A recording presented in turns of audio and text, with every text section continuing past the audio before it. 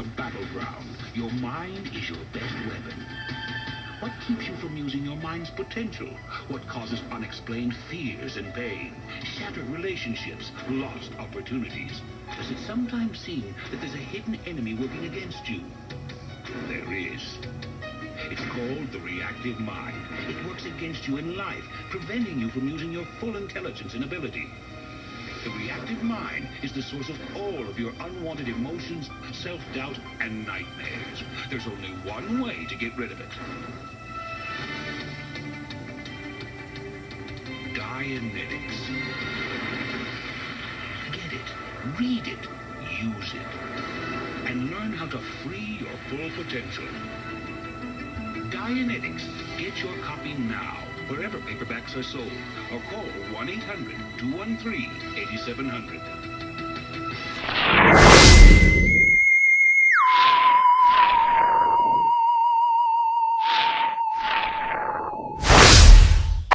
What is up, Alien Army?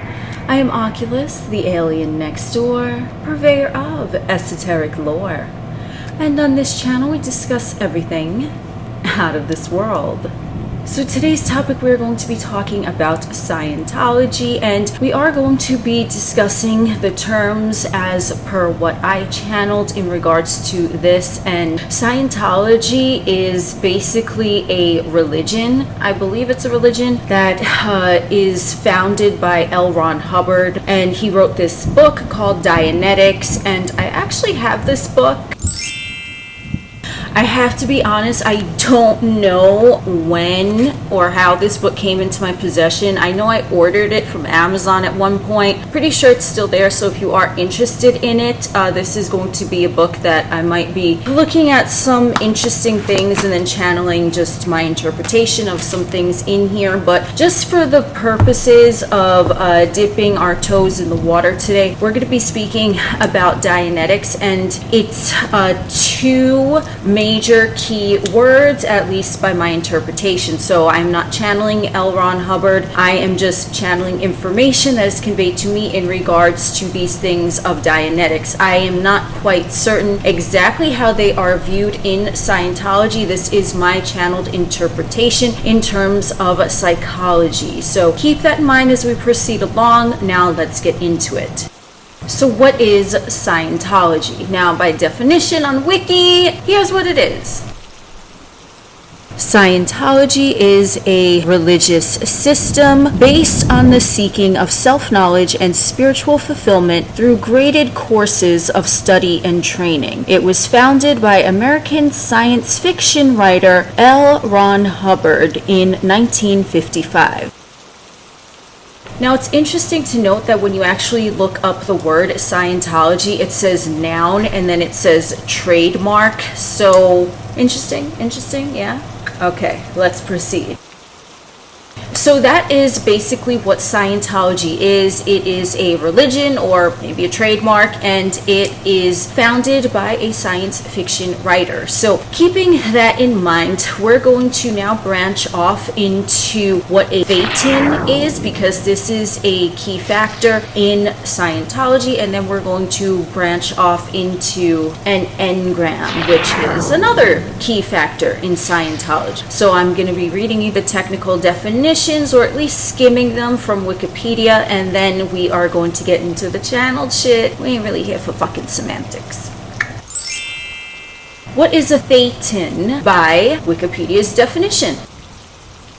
Concept was defined by Scientology founder L. Ron Hubbard, who adopted the Greek letter theta to represent, quote, the source of life and life itself. Hubbard first introduced his ideas of theta beings in a lecture series in March 1952. He attributed the coining of the word to his wife, Mary Sue. As an essential point of Scientology doctrine, a person's sense of identity and self-awareness stem entirely from the theta Thetan. It is redundant to refer to, quote, a person's Thetan because the person does not exist independently. Hubbard once defined a Thetan as, quote again, having no mass, no wavelength, no energy, no measurable qualities, and no time or location in space except by consideration or postulate. The spirit is not a thing, it is the creator of things. In a lecture series later published as a book, The Venus Lectures, he jokingly, L. Ron Hubbard, pointed to a study that implied that a quote-unquote Thetan manifests a small but measurable amount of mass. So L. Ron Hubbard is basically saying in this joking context that the Thetan exists actually in a quantity of mass which can be measured. From Wiki, we are just going to skim this, saying that there were some experiments and a doctor made these experiments. He weighed people before and after death. He weighed the person, bed and all, and he found that the weight dropped at the moment of death about 1.5 ounces, 45 grams, and some of them even 2 ounces, 60 grams. And those who dropped 2 ounces were quote-unquote super Thetas, and this is written in Wikipedia with an exclamation point. Again from Wiki, in the primordial past, according to Scientologist teachings, Thetans brought the material universe into being largely for their own pleasure. Quote, the universe is thought to have no independent reality, but to derive its apparent reality from the fact that most Thetans agree it exists. Scientologists believe that Thetans fell from grace when they began to identify with their creation rather than their original state of spiritual purity. Eventually, they lost their memory of their true nature, along with the associated spiritual and creative powers. As a result, Thetans came to think of themselves as nothing but embodied beings.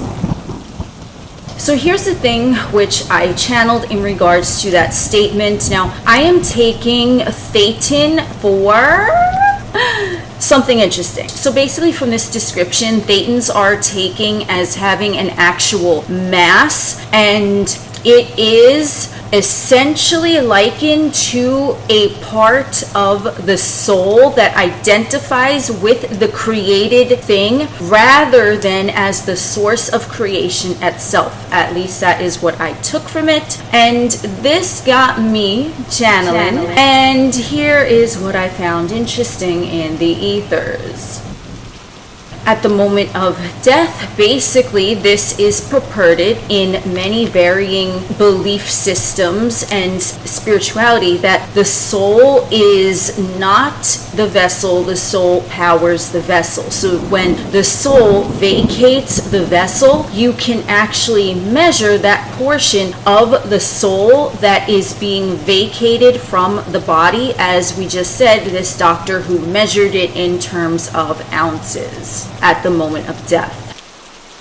So if you want to take this into consideration with the Thetan actually having the ability to vacate the vessel and that it quote-unquote can be measured, we want to think of this as a portion, as which the Scientology explained, of the psyche that is identifying more with their surroundings that they have created rather than identifying with the source of the creation, which would be themselves. So this, in my view, from what I channeled, is likened to the subconscious mind. Why is this? If we are familiar with the Theta State in terms of suggestive hypnosis, we know that this state is easily the most prevalent area where one can have a program installed, downloaded, and saved into their psyche. So if we want to think of the subconscious mind as something along the lines of a supercomputer, then that would be likened to the Thetan, because that is the state of the subconscious mind that is existing, but it's in essence more concerned on what is going around it and what it has created in terms of identifying with that rather than the higher portion of itself, which is the creator. So it is the creator because we know that we create our physical reality and physical manifestations via the subconscious mind. Now the thing with this, from what I channeled, is basically that the subconscious mind, as referred to in the Thetan area and as referred to in the Theta State, this is where the suggestion, the hypnotic suggestion, becomes real, and then whoever is the observer and the creator is more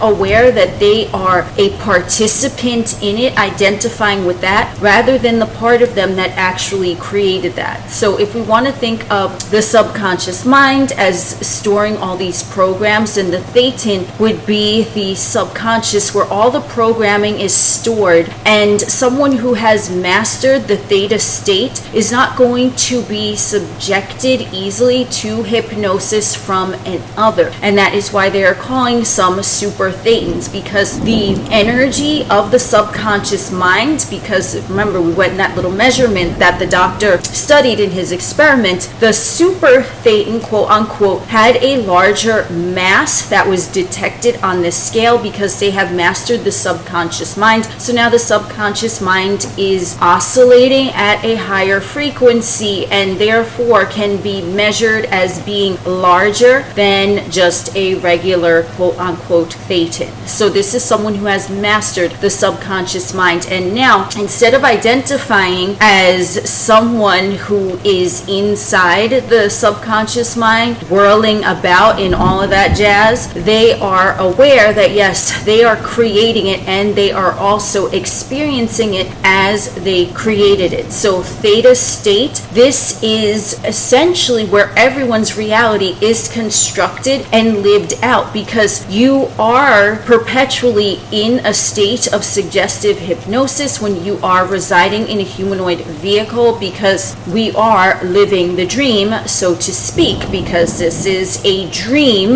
that our soul, our higher self that is connected to the all that is, universe, source, God, however you want to call it, is intentionally hypnotizing a portion of itself in a fractal that is residing in the humanoid vehicle, and we are living out our dreams in the 3D reality. So you could think of this as a really high-tech lucid dream, virtual reality, yada yada. Now about that part of the Thetan falling from grace, that is essentially someone who is in the hypnosis suggestion, but they are unaware that they are in the hypnosis suggestion, such as someone who is functioning predominantly on a third dimensional plane state of being, state of existence. They have no idea that they are inside a state of suggestive hypnosis. So this would be someone who I would call a 3D motherfucker, right? Where there's someone who is conducting themselves based only on things that they can see, taste, touch, shit like that. Whereas someone who has awakened, they would be more in alignment with their Theta State because they have woken up inside the dream, inside the hypnotic suggestion. Now they are identifying more as the being aspect of them being creator rather than them being the creation. So they're not identifying with things that are third dimensional that have been created. They are identifying as the creator. So now that we already went over the Theta State and how it is hypnotic suggestion, where inside the subconscious mind, ideas and programs are very, very easily able to be downloaded, we want to take another look at something that I channeled on what the word theta actually means. So theta is from the ancient Greek alphabet, and it represents the TH sound as in think, and in the system of Greek numerals it has a value of 9. So when I channel, I go into classical Latin because that is just the way that I'm able to understand information better. That's just how I fucking roll. So I went and I translated it from ancient Greek into classical Latin, and then now I'm gonna explain it to you fine folks. So we have the word think, and in Latin the word think is cogitare, and I'm just looking at it as cognizance, right? Someone is aware, they are thinking, they have a purpose of their thoughts. They are the cognizants. They are thinking, yes, but they are the cognizants behind the thoughts. So that is how I'm equating it to theta. And if we want to think of this again back in terms of the Thetans, remember the enlightened seeker is someone who has mastered the hypnosis dream, and now they are still self-inducing their own virtual reality experience here in the 3D matrix, but they are aware that they are the creator, so they're not identifying so much with what their physical realm is presenting to them because they think freely. Now they have the cognizance and they are in the state of cogitare, which is just thinking. You're just thinking, but you know what to think, you know how to think. And when you know what to think and you know how to think, most importantly, then that portion, the conscious mind, is going to be able to dictate very easily to the subconscious mind, and it is going to be able to implant programs into the subconscious mind that it actually wants there because it understands now how to think, and it understands that it is the creator, not the creation. So we're also going to go into theta, which I read is associated with the numeric 9 in the ancient Greek system. And the number 9, we know numerology is that it's the sign of completion, its beginnings and endings, as well as alpha and omega. And if we want to put this together with theta, theta state, thetan, cogitare, think, now we have the cognizance, and we know that the beginning and the end are the same thing. It's all connected. Everything is essentially dying and being born again in every moment. That is cognizant thinking. That is knowing that you are master of created things as the creator of said things.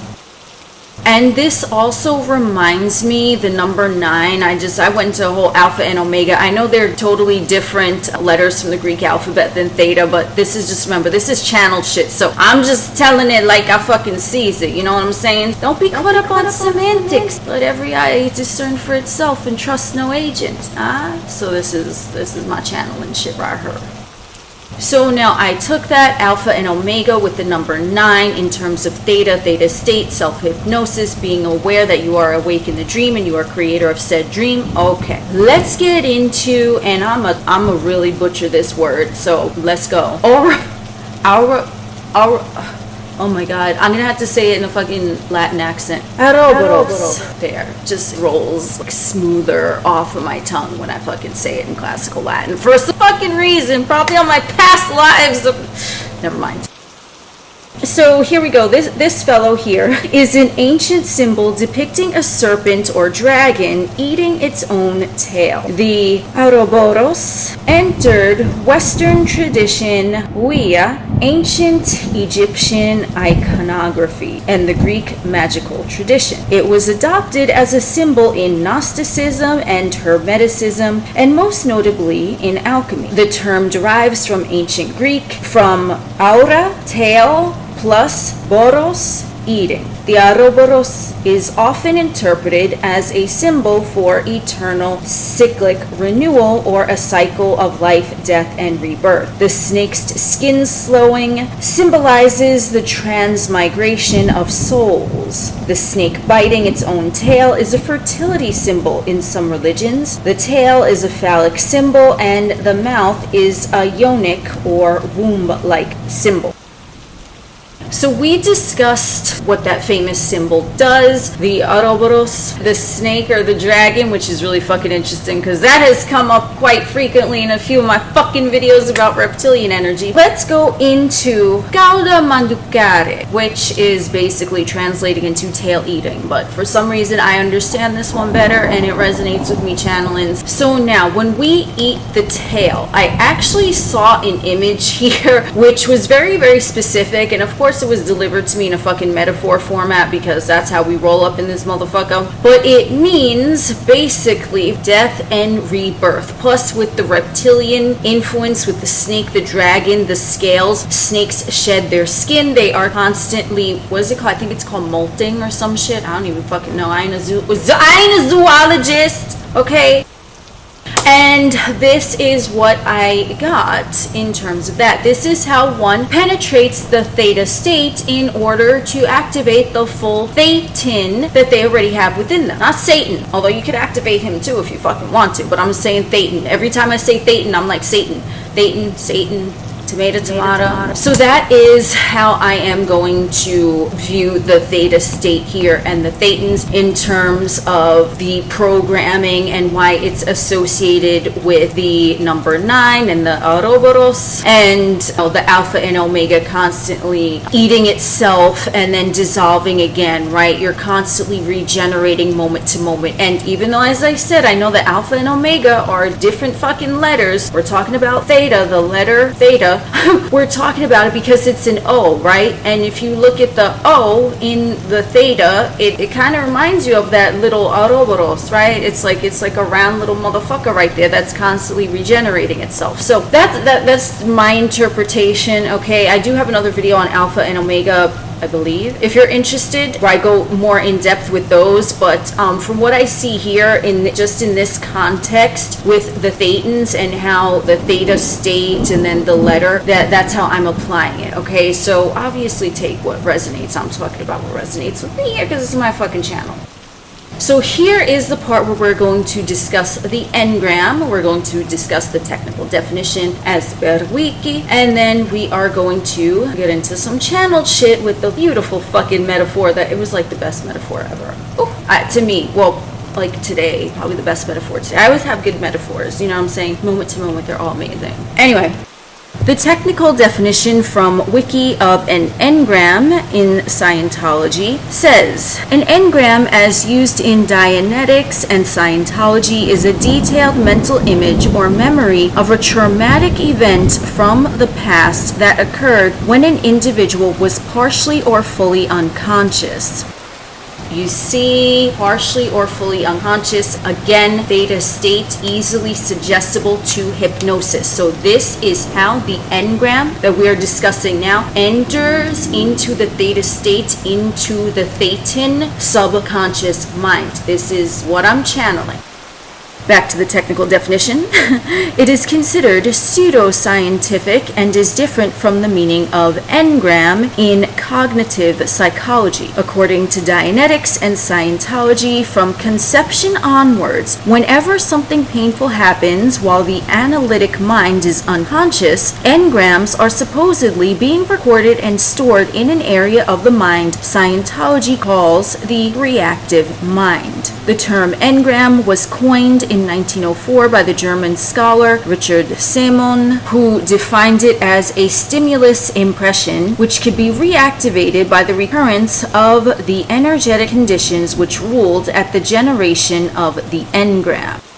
Here again is how I am likening this concept to the subconscious mind and the conscious mind, because the engram is something that came forth whilst one was not in the state of cogitare. And basically what happened is that if you want to picture a little seed, it snuck its way into the theta, the subconscious mind, whilst the conscious mind was asleep. They were not cognizant of what was going on. And then what they call here engram, this is what I am likening to a program or a paradigm. And this can be reactivated if a similar energetic conditions occur in the moment that are in congruence with the energetic conditions where that seed first entered. So this is how a paradigm or program gets embedded in the theta mind. They call it an engram, we call it a seed, whatever the fuck you want to call it, but it gets embedded when the conscious mind is asleep. So it just goes immediately into the susceptible hypnosis theta state, and now this engram can be reactivated because it's already there, right? We're going to talk about sweeping it away in a few, but let's say the engram is there, and now a similar energetic atmosphere arises. Remember, if someone is asleep, they are more in congruence with what's going on in the dream rather than knowing that they are the creator of the dream. What can happen is that this becomes activated because the similar condition, because like energy is going to attract like energy. And this is how things are stored in the psyche, and they can come up again. If you've ever heard that phrase like skeletons out of the closet, I just did a video about emotional triggers. So this is also an example of an emotional trigger, because let's say engram is in there and then someone has an engram revolving a certain topic, they're meandering along their journey just peachy keen, and then all of a sudden a similar energy presents itself in their experience. If that engram is in there and it's embedded in there like the princess and the pea, and that shit is uncomfortable but you don't really care, but now the fucking pea is gigantic and it's fucking Godzilla coming after your ass and shit, now what we have is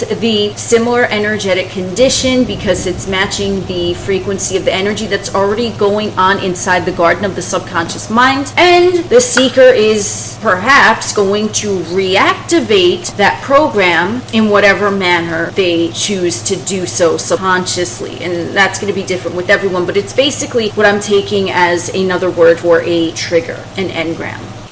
So when the Thetan awakens in the dream, now they are able to remove the engrams so that the soil of the garden of their subconscious mind is perfectly clean and clear and healthy, happy as a pig and shit. Maybe you have pig shit in there because it's good to fucking use as fertilizer. I don't fucking know. Or is that cow shit? I don't fucking know. Either which way, we ain't here for no fucking farming advice, okay? I know nothing about that. I do channeling. Y'all hear all the channels now.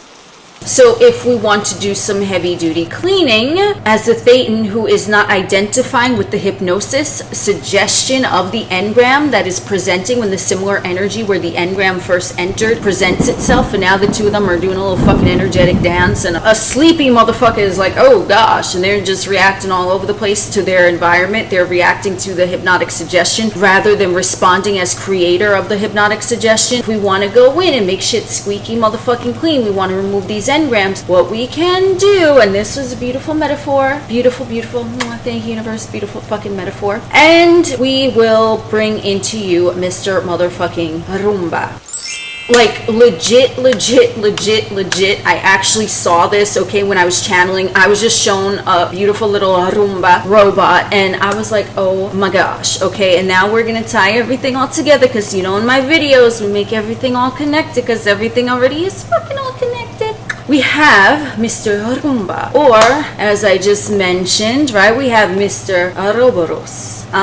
So a Mr. Dragon eating his fucking tail. So we want to imagine this dragon that's coming through and he's literally like eating his own ass out. You know what I'm saying? Toss the motherfucker some salad dressing. That's what we got going on with Mr. Ouroboros, okay? That's what he's doing, but he doing a damn fine job of that. Let me tell you, homie. He coming in like Mr. motherfucking Roomba, and he coming in, and you know how you can program these motherfucking Roombas, and then you could have them just like they'll be on a set time that they will scan the entire place, and then it'll just go by itself to check if there's any dust or debris or crumbs or fucking toenail clippings. I don't know what motherfuckers got going on, but you know what I'm saying. Mr. Roomba, he comes through every so often and he sweeps the entire floor of the dome. If I start talking in Latin, I don't know what to tell you, okay? It is what it is, okay? So he sweeps the entire floor, just like that serpent that's eating his own ass is continuously dying and being reborn and dying and being reborn and dying and being reborn. We now have Mr. Rumba, and he's coming in, he's sweeping the floor clean to make sure that there's no engrams that are left in there, and there are no engrams of a recent nature, like a tiny little seedling, right? Because if one has already gone through all of the engrams that were causing them chaos and, let's say, a paradigm throughout their experience, they nip those motherfuckers in the butt. Eating ass, we nipping some butt today. Let's say in every moment a potential new engram wants to come in, you set Mr. Ouroboros out, right? You set him out so he sweeps the floor and he monitors. And that is the cognizance. That is what I am seeing. That is legit what I saw when I was channeling this. You gotta send a motherfucker out to scan and navigate shit. Make sure no new engrams try to sneak up in there without your cognizant permission. And then I saw, I shit you not, I'll be channeling some fun stuff. Thank you, universe. I legit saw a Pac-Man. Yes, I saw Mr. Motherfucking Pac-Man. And it was the same concept. It's like you want to picture Pac-Man, how he coming through and he chomping those, I don't know what they are, Scooby snacks or something. That's what it looks like to me. Either which way. So Pac-Man coming through, the same idea, right? And he just chomping everything. He's destroying any potential engrams that might try to sneak their way in. So you want to have high alert on, but in a relaxed modus. You know what I'm saying? You want to be relaxed. You want to be tranquilitas. And then what you want to have happen is you want to send Mr. Dragon eating ass, dying, being reborn. You going to send him out on a mission, okay? He gonna report back to you, and then he's gonna be like, okay, well, we found this over here and that over there, and he picked up Mr. Rumba up, and then you clean him out from time to time, right? But you still keep him on the set program to go in and sweep floor whenever the fuck it behooves you to. You know what I'm saying? So you want to constantly scan for that, but it's very important as well to incorporate Mr. Motherfucking Pac-Man. I sound like a Looney Tune right now. If you still here and I'm talking about, I don't know what I'm talking about, okay? I think you know more what I'm talking about than I do, but I'm channeling, so that's how we roll. But if you still here and I'm talking about Rumba and fucking dragons eating ass and Mr. Pac-Man in terms of psychological concepts and religious concepts and philosophical concepts, then I mean, you the real MVP. You the real MVP. What's up? Okay, so now have Mr. Pac-Man, because he's going in and he's nipping. He's like a trash compactor, okay? He's a trash compactor. He's nipping shit up before it even has a chance to grow and to fester into an engram, right? Because the engram, if you already have one going on, you want to make sure Mr. Rumba, he gets his fucking jiggy jig on. You know what I'm saying? And he goes, he sweeps the floor, he makes sure everything is good, copacetic, and then you send Mr. Pac-Man, and he just comes in moment to moment, just like the dragon. I'm gonna refer to that now, the dragon eating ass. That's just what I'm gonna refer to it as. I ain't hear that nowhere. But I mean, I said it, so I heard it now. You know what I'm saying? Now you heard it too. Okay, so I'm sober, by the way. I just wanted to let you know I'm sober. Then we want to think of the Pac-Man coming in, and then every moment we want to make sure that we take out the garbage. We filter shit out of the subconscious mind. We want to make sure that ain't no engrams gonna fucking spread their seed in your subconscious tonight. You know what I'm saying? We gonna make sure that don't happen. And obviously, of course, this is my perception of all of this. I went off into some metaphors, but that's how I fucking roll up in this motherfucker. This is how we do it. So that is my perception of the whole Scientology thing. And then in every moment, you might not have any type of outer trigger going on within you, especially if you rumba that motherfucking shit up. But what can happen is that in every moment, since you are constantly being born again, dying, being born again, all of that, right? You're always brand new. You could say something like, in every brand new moment, I receive wonderful blessings, or whatever the fuck you want to say, right? But you don't need to specify what it is. You can just affirm to yourself that each moment is more fucking magical than the previous, or some shit like that. Every moment I experience is magic, and that for me personally it fucking is. I'm like, ooh, I'm just saying, I got the book Dianetics right here. I didn't even read it. I'm about to read it. I'm about to do some quotes, not in this video because I don't want this video to be way too long, but maybe if there's a few other interesting things in there. Here we have the volcano, which is really fucking interesting because I was thinking about lava earlier and then boom, a volcano comes. So here, this is just an example of fucking magical moments that I experience every day in my 3D reality. Me as the creator, me as a master Thetan, however you want to look at it. That's my interpretation of the Scientology, at least in terms of the Thetan, to what I understand, what I channel, and in terms of the Engram, again, yada yada yada, as conveyed to me. So that is how I see it. It's simply, in my view, another way of talking about programs going on in the subconscious mind and things like that. And also, I do want to say that in Scientology, the Engram, they also count this for past lives as well. So you can take that into consideration that, let's say, there was a past life that, you know, something traumatic happened with someone, that engram might still carry over into their present life experience and things like that. But that's another topic. You know, I just want to include it in there because the engram in Scientology, it says that it doesn't just cover this lifetime, it can cover many, many, many lifetimes and things like that. That is what I have for you today. Thank you for joining us on this wonderful stroll. I am Oculus, the alien next door. We will chit-chat again soon.